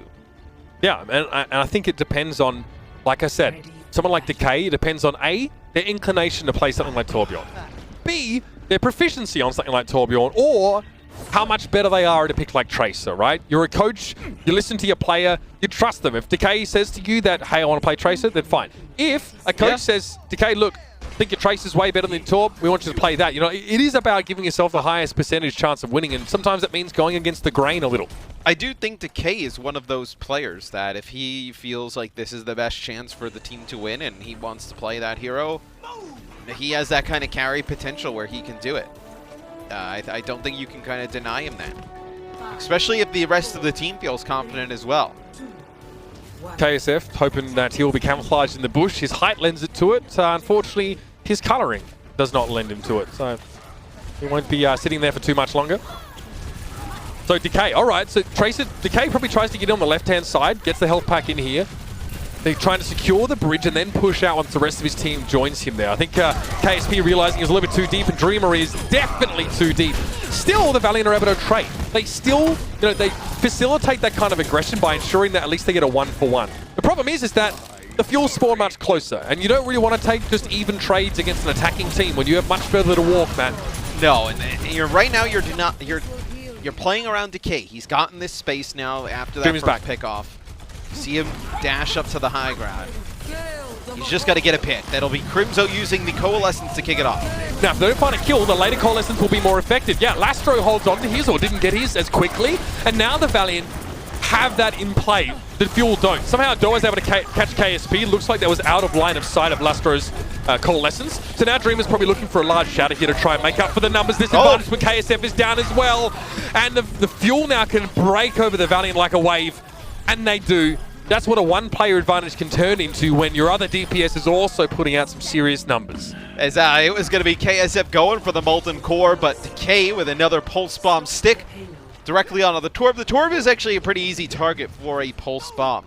Doesn't have a ton of mobility. He can, if you get rid of the turret, he's a very easy target to be able to hit. So that time works out for Decay. He already builds up to about a halfway to another Pulse Bomb. Dreamer, okay, just goes for it and somehow rewarded there. Take initiative, everybody. In all walks of life, this appears to make sense. Whether you have a large hammer that has a jet engine built into the back of it, which, by the way, would probably tear your shoulder if you tried to use it in that fashion, or just spin out of your hand. Either way, if you have one of those, then use it. Take initiative. And Dreamer did just that. It's like Dreamer's having one of those games where all of your just kind of gamer instincts are just clicking on when to use your shatters and whatnot. Like, it Tell just me more doesn't about these gamer instincts. It just doesn't make a lot of sense, but you just kind of feel it with the flow of the game. Poor guy has to basically ignore me to make his point, but it is a point well made, Matt. He just went for it, much like he did on Route 66, and it looked just as good. Doa's going to come in over the top. It's dueling helicopters, but the Dallas Fuel one just looks a little bit sharper. Wants to push forward now. KSF was actually hoping to time a right click, I think, to finish off the Reaper, but Doa was able to get in there first. And there's plenty of time. Dallas looked really good. Look, when they get rid of the Torb turret and Decay has the space to roam around and flank and farm up Pulse Bomb, they've been able to have progress, whether it be on offense or defensive holds. Kapsu. That is. With a fat shatter. That is a rotund shatter, Matt. Sizable.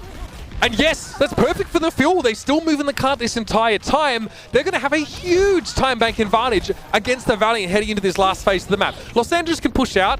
Now they can force the Fuel to push towards them because Dallas won't play on the bridge. Not with Lucio in the pool right now, but if the Valiant don't get there a touch, they can't get this up. No way. No, they have to fight the Valiant. There's no way they could give it up. There it is. KSF aims this at the ground, tries not to have too much of this eaten up, and Gamsu takes a chunk of damage from the Molten Core. KSF, there it is.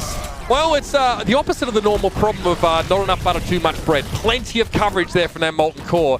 And Dallas either have to fight on the bridge where they can get booped off by D.Va and Lucio, or they have to fight on the cart where all of the lava is. So Molten Core plus self-destruct gets them a fight win so they can live to see another day here. Is Decay looking for a spawn camp potentially, or, well, nobody's dead, so... Yeah, I mean, it's all well and good, he's but... all the way in the back is just trying to get a health pack and stay alive. He maintains his flanking route now, instead of having to push through them with blinks and risk getting caught. KSF knows he's there, though. Decay has a close-by health pack, but KSF has a close-by healer. Decay's just trying to go for a pulse bomb. Also, the more he sits in the back of the Valiant's mind as a potential flank threat, the better. That allows someone like Doha to come in where all the attention is taken off of him. Decay, great finish on KSF. That duel finally reaches its climax, and the pulse bomb dropped on Dreamer drops him low enough. This should see the Dallas Fuel in prime position to get in towards the castle face. Yep, no deals with the Torb turret. Decay comes out of hiding, and he's able to pick up some kills, and that'll get the cart moving yet again. As the Fuel, they will take that second checkpoint here. They have a ton of time as they look good on offense thus far. They won't have any ultimates really outside of Earth Shatter and then maybe a Sound Barrier here for this next fight, but the barriers will get canceled out from each other. All right, here come the Valiant. Dreamer at the front as usual. Gamsu, he's packing a shatter.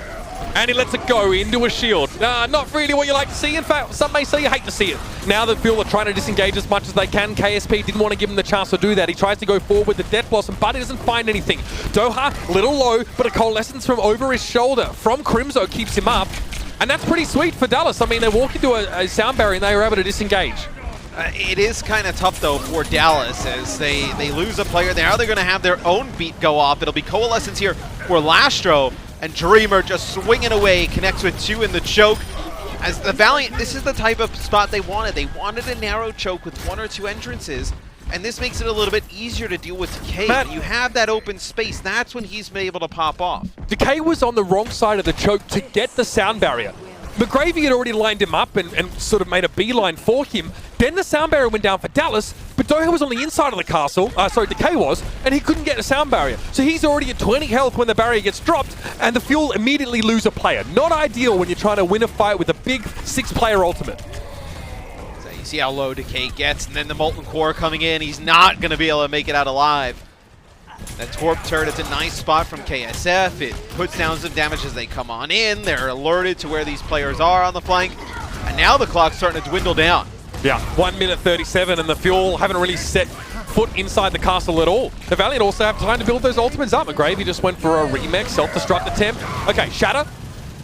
Dreamer doesn't connect it there. He has to back away now. The Coalescence could be a problem, but as soon as the barrier comes in, they go forward. Rain knocked to the ground, but he had so much overshield there, he's not too bothered. Doha takes a face full of Coalescence there, and Lustre is able to force him back, turn a defensive ultimate into an offensive one, and again, repel the Fuel, who are running out of opportunities now. Maybe two good fights left. No support ultimate here for the Fuel, no Shatter, just Death Blossom with a self-destruct. All of the ultimates that they kind of had in the past to break it open, they don't have any more. Decay already with a recall here, as that'll be the self-destruct over the top. It just gets the Torp turret, but it set up a kill on a Dreamer.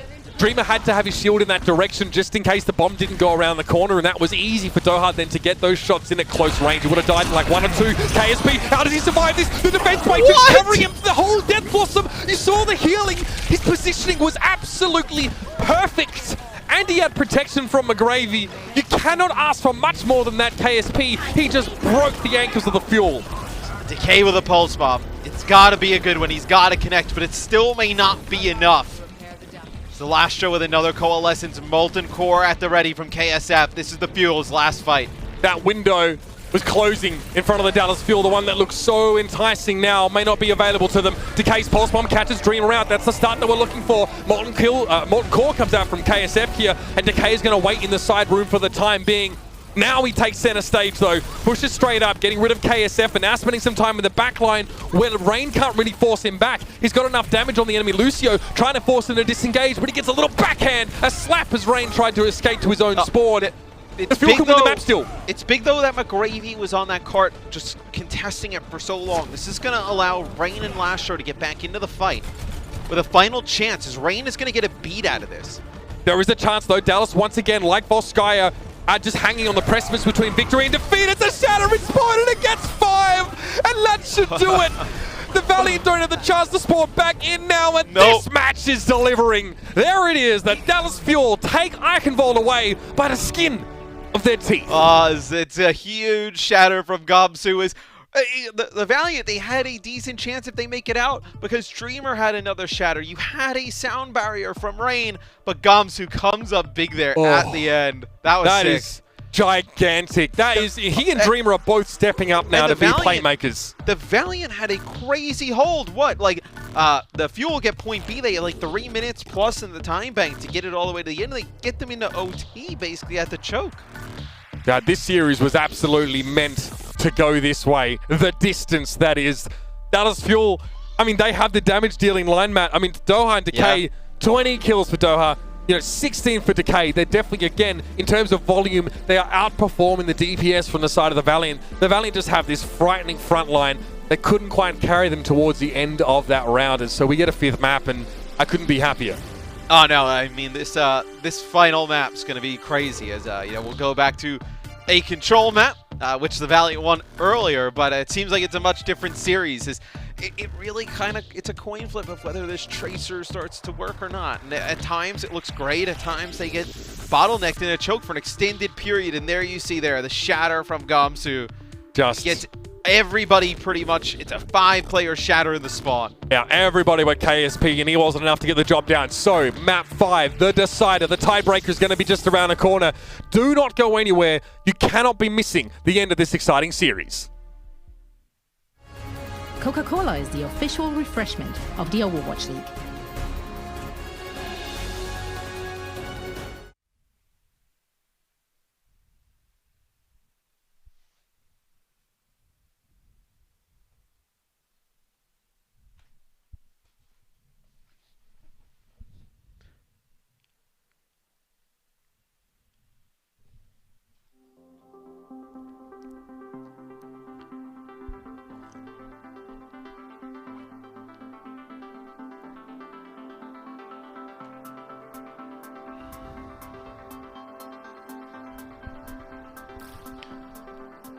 Oh.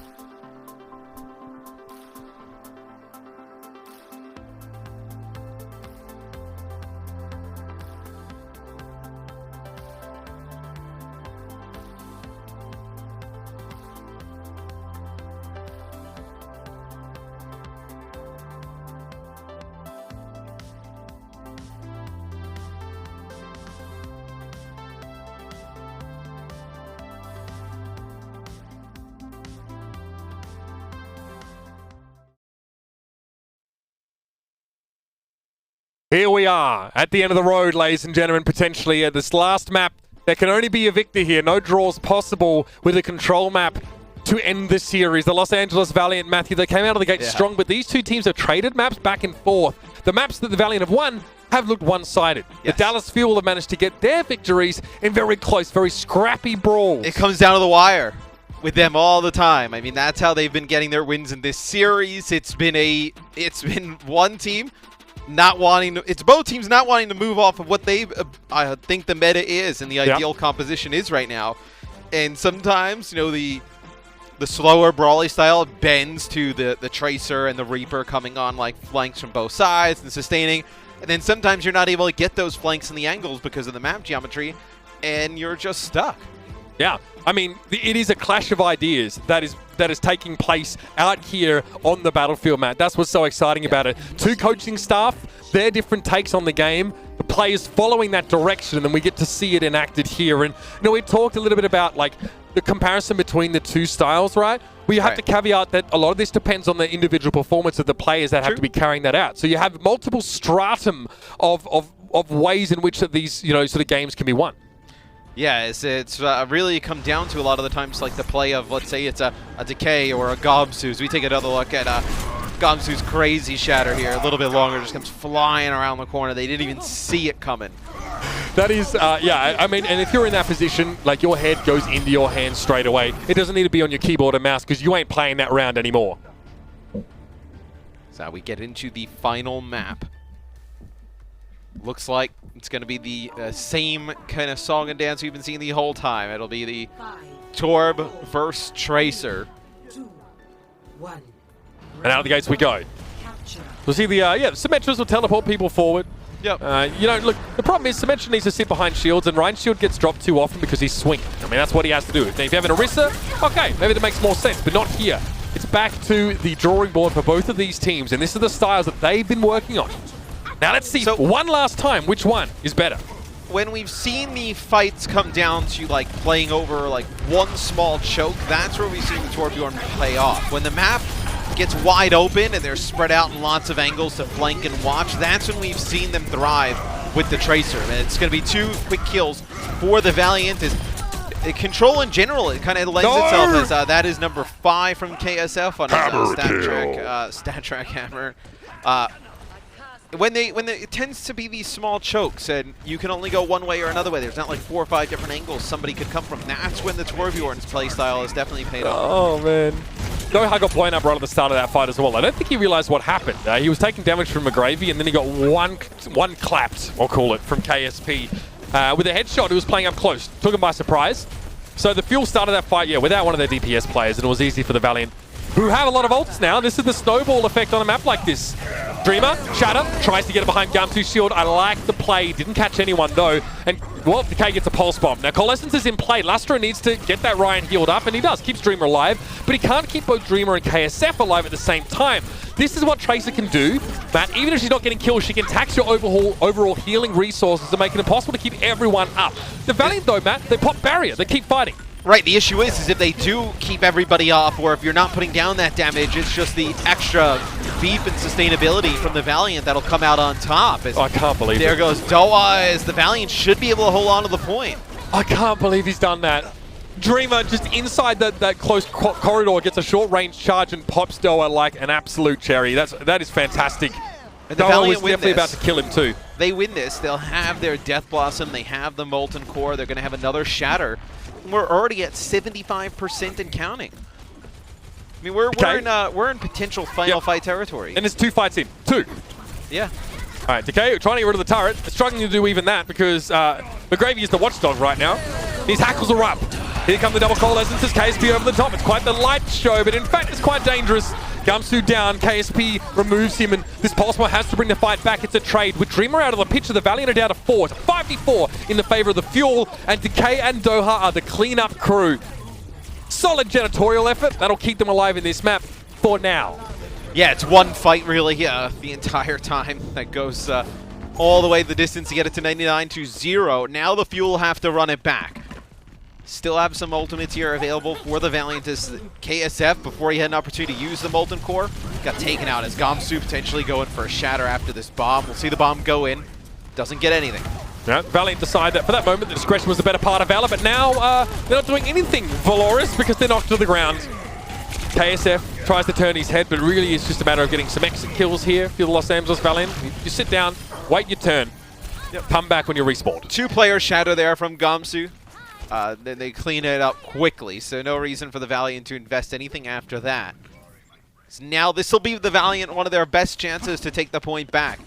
3 ultimates. You're going to have a self-destruct here rather quickly against just the Pulse Bomb and then probably Coalescence at the time. KSF got some heat to bring, Matt. Going to sit well behind Dreamer. Okay, so he goes for the Molten Core now. Just doesn't seem like the Fuel were going to disengage, but KSF makes it hard for them to re-engage over the Molten Core all over the floor.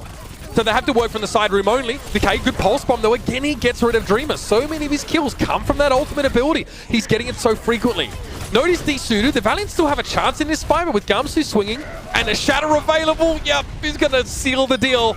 And this puts Dallas in 1-fight territory to win the round. As Decay has just been farming the Pulse Bomb against the tanks, and then as Dallas Fuel, they just keep their players alive just long enough to let him get the Pulse Bomb, and then he's consistently coming up with a pick. Going after Dreamer, and then just a one swing into him from Guangzhou, and they pick up the kill on the Rhine. This is a level of tenacity that Dallas Fuel have only demonstrated in their most triumphant moments, and there haven't been as many of those as they would have liked so far. Guangzhou try to avoid that Shatter. Dreamer didn't connect that at all. Look at Dallas playing close together for the time being. Dreamer's looking, constantly probing, stepping forward, swinging. Doha is low. That Tourbillon turret is actually taking its toll. The Fuel can't sit behind the Reinhardt shield forever, and now KSP wants to punish them. Seal the deal, if you will. He waits for the bomb, and now he's going to finish off the Reinhardt. It was Guangzhou and Harry Hook went down to McGravy, and now he can have a dance party on the point. Most of it gets shut down by the defense matrix, and Decay and Doha again are cleaning up. This is unbelievable. This is Rain left. He has to go for a solo sound barrier, but he's going to get shut down. He's trying to work around the Molten Core that was left for him in advance, but Dallas take the round away. And again, it is the DPS duo that everyone expected to deliver. Dallas Fuel hand a fat L to the Valiant in the first round of this overtime. They're nuts, man. That looks so good for the Valiant. They had, what, 3-player advantage at one point, and then Doa, Decay, and I believe Note on the point for the Dallas Fuel is enough to turn it. I can't believe it. Oh, this is insane. All the way now to the end, the Dallas Fuel looking for their first win of this season, of the year.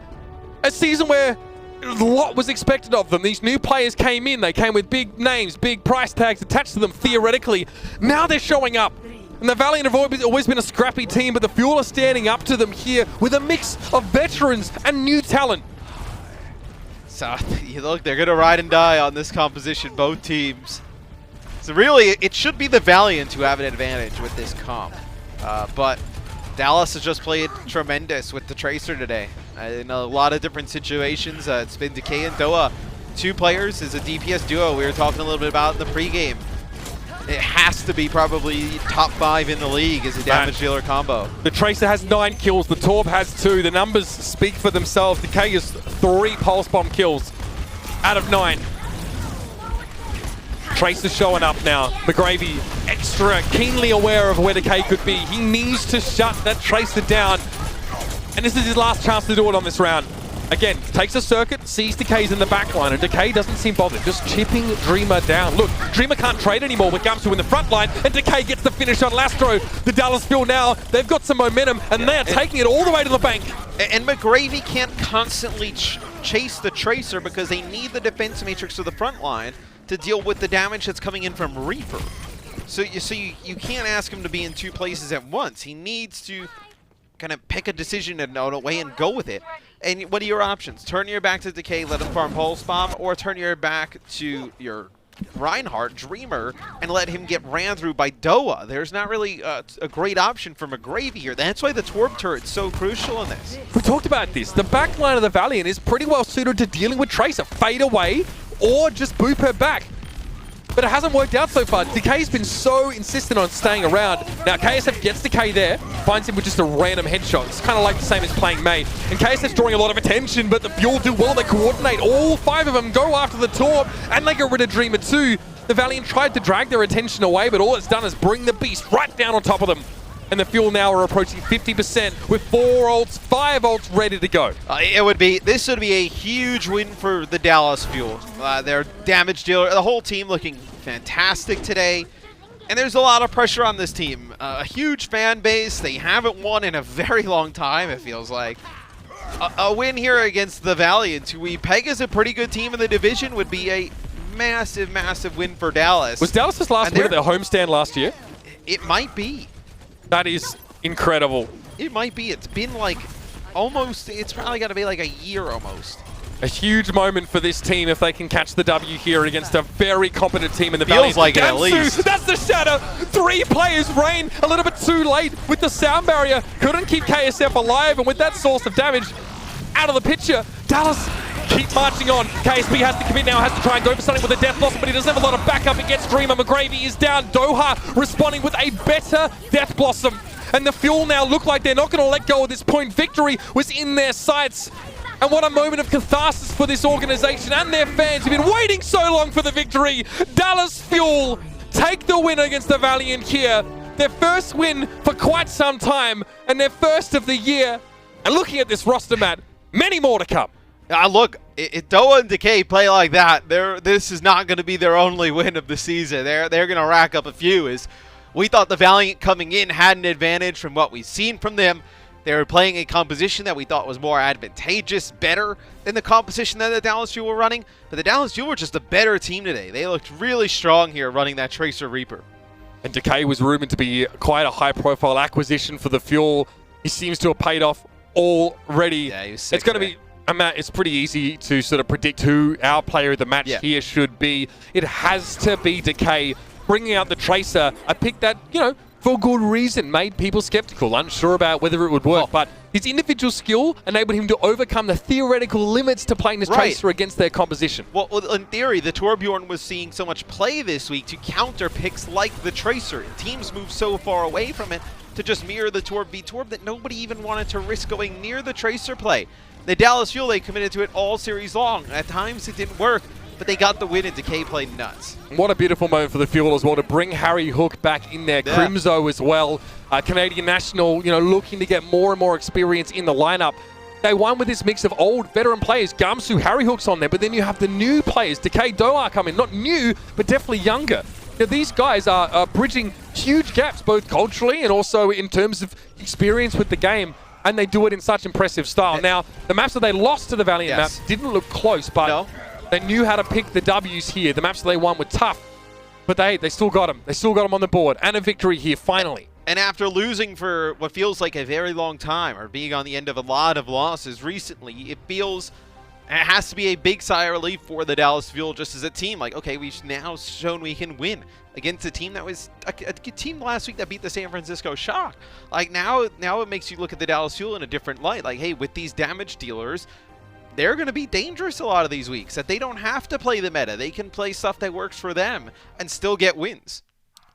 Incredible stuff. I mean, and the best part is, Matt, this weekend of Overwatch isn't over yet. After these matches, of course, we'll have a chance to sort of, rest and break things down. If you guys are looking for the hero draw, that's going to happen after our Chinese region matches tonight. So those include Chengdu Hunters go up against the Shanghai Dragons. Chengdu have had a lot of close games, sort of a little bit unlucky recently, a lot of map 5, so really exciting Overwatch if you want to check that out. And then Guangzhou will take on Hangzhou right after that. It's been a pleasure to bring you guys some more Overwatch this weekend. I'm starting to settle into this at-home environment. I'm not used to having Matt not next to me, but we're working on it. I hope it's been great for you guys. Stick around, of course, for more Watchpoint. I'm going to go out and see if my neighbors are trying to get me evicted yet. It can't be long. It's got to be about that time. But we'll see you guys later on. Thanks for watching. See you in a little bit.